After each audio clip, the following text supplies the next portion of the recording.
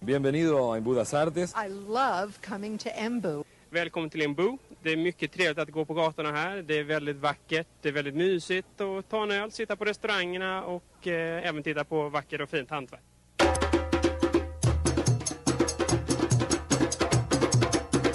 Embu das Artes, terra de histórias, magias e lendas.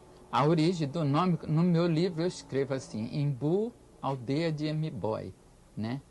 Agora, muitos estudiosos, né, pesquisadores da história do Embu, também falam M'Bai, né? Então, alguns falam que é cercado de montes, que o Embu é cercado de montes, e os índios chamavam M'Boy também de cercado de montes, mas também tem M'Boy cobra. Em tempos antigos, os padres jesuítas e os índios foram os primeiros artistas de Embu. Eles marcaram para sempre o caráter da cidade.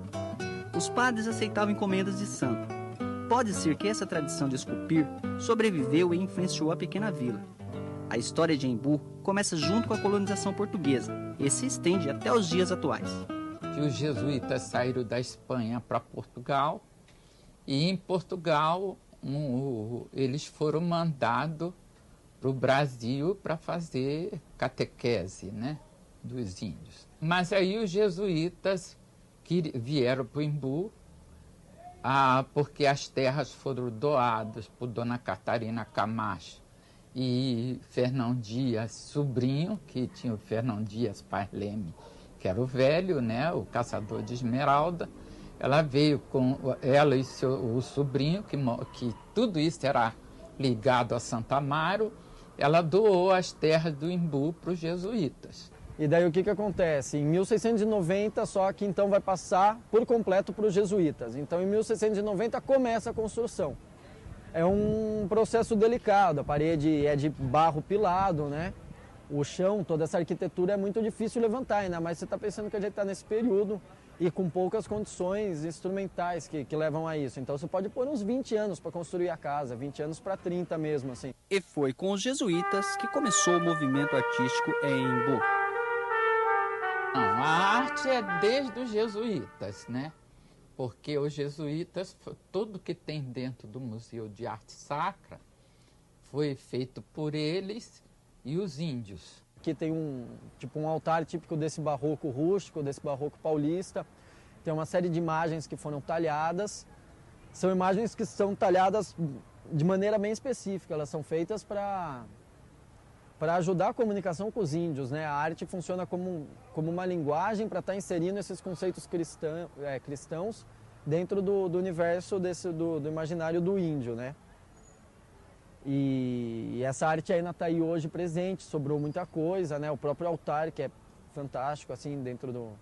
É parte da memória importante que ainda está aqui. Então, o nosso símbolo maior da cidade é a Igreja Nossa Senhora do Rosário e o Museu de Arte Sacra. Esse é o maior símbolo que nós temos. Com a expulsão dos jesuítas do Brasil em 1759 pelo Marquês de Pombal, a pequena vila de Embu chegou muito próxima de ser extinta, com suas obras sacras e arquitetônicas, à mercê do tempo. Os bandeirantes queriam escravizar os índios. E, bom, apesar que para mim catequizar também é um tipo de escravidão, mas que eles achavam mais suave, né? E os jesuítas queriam catequizar. Então os bandeirantes ficavam muito brabos, né, com os jesuítas, e foi muita queixa para Portugal, e até que o Marquês de Pombal expulsou os jesuítas do Embu.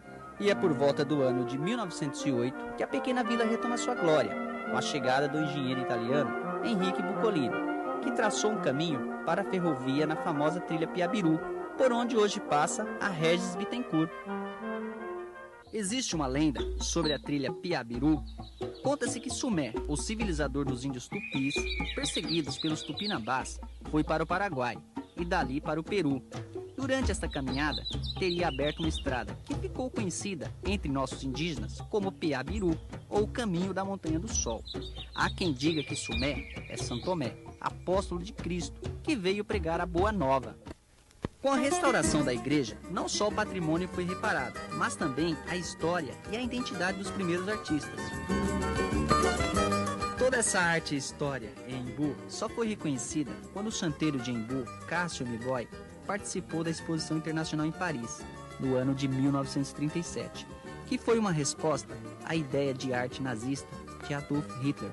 O Hitler estava fazendo algumas exposições na Alemanha que se chamava a arte decadente, contra Picasso, contra todos os impressionistas, querendo fazer renascer o velho academismo e tal. Então, o Cássio, Paris promoveu essa exposição e expôs todos esses grandes artistas, e dentre eles estava Cássio M'Boy. Ele se autodenominava de pintor caipira e que deixou muitos trabalhos bonitos e que também esculpiu, fez a escultura de São Lázaro, que permanece na igrejinha de São Lázaro. Outro grande nome de Embu, que surgiu por influência de Cássio M'Boy, foi Tadakiyo Sakai, que ficou consagrado pela sua busca em identificação com a cultura indígena brasileira. Depois veio o Sakai, né, que era agricultor, mas mexia muito com barro, e o Cássio M'Boy, então, disse a ele por que ele não fazia esculturas. O Sakai, mesmo não tendo voltado para o Japão para realizar o sonho dele, ele continuava desenhando muito, ele continuava lendo muito, né? E se informando muito através de coisas da arte e tudo mais. Só que ele não falava quase o português, então era assim, um empecilho muito grande, né?